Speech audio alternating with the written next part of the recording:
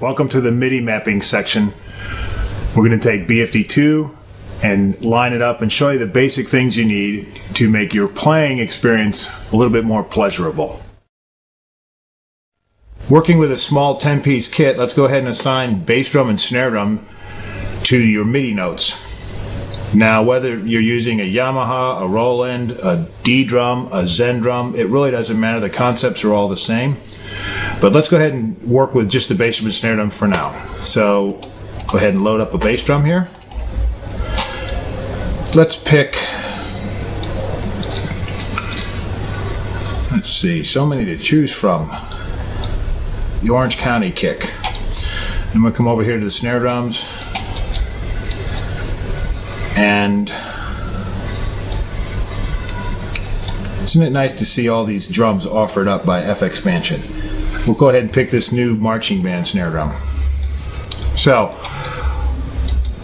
going to the fourth page here, the MIDI page, you'll see in the top the two kit pieces that we've just picked are up here. Now, let's go ahead and take the bass drum that I'm going to use. So I'll use the bass drum pedal. There's our bass drum pedal, C3. What we do is very simple. Don't blink, you might miss this. But you click on the bass drum, drag it down to that light blue, let go, select hit. Now the bass drum is in that slot. Going to the snare drum, hit the pad that you're going to use for that particular instrument. In this case, we're going to use that for the hit. You see it turns light blue. You grab the drum, bring it down, set it on top of that key, pick the articulation that you're going to use. In this case, it's the hit.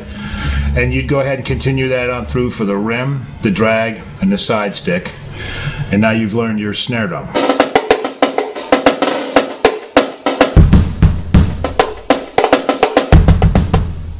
Now, to point out a couple other things while you're in here. Looking at the snare drum's hit. Sliding over here, you'll notice the velocity curve. Now, this is where you can make up for some problems that you might be experiencing with your electronic drum system. By just clicking and dragging this map around, you can add some expressive values. For instance, right there, giving it just a little bit more of a curve towards more of a logarithmic kind of a curve. We're in pretty good shape here as far as dynamics go. Bringing it up also will bring everything up where most of the notes you fire will sound the loudest voices within BFD. This is all set up to taste depending on what instrument you're using and how your drums want to be responding to the track you're working with or to the electronic drum system that you have. That's the basics for MIDI mapping. All you have to do is click, drag, drop it, select the articulation, play with the velocity curve, and you're in good shape. Take a note over here, this window right here, that is our MIDI log. So any activity that you're sending to BFD2 will show up here, so it's a good reference for you. You have what the exact MIDI note number, the actual name of it, and channel and note number information all here in this window. Okay, you've just worked on your bass drum and your snare drum, so just fill out the rest of your kit and play with it for a little while. Remember those velocity curves. That's the key to making this drum set very responsive and giving you the best performance possibilities. So I encourage you to just go ahead, turn the headphones up, start playing.